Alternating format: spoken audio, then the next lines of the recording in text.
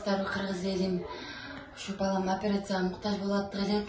Şu кыргыз эл менен чогулган карапайым элден чогулган акчаны алдык. Алла разы болсун. Силер кылган жакшылыктарыңызга да рахмат. Балам ошо буюрса каражат чогулуп калса, ошо операцияга алып барам.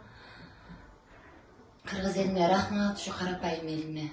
Кайдыгер карабастан şu жардам бергениңиздерге рахмат. Алла разы болсун. Бир канча күн мурун ушу ал жардам фондуна кайрылдык элек. Ошол акчаны алып келип беришти.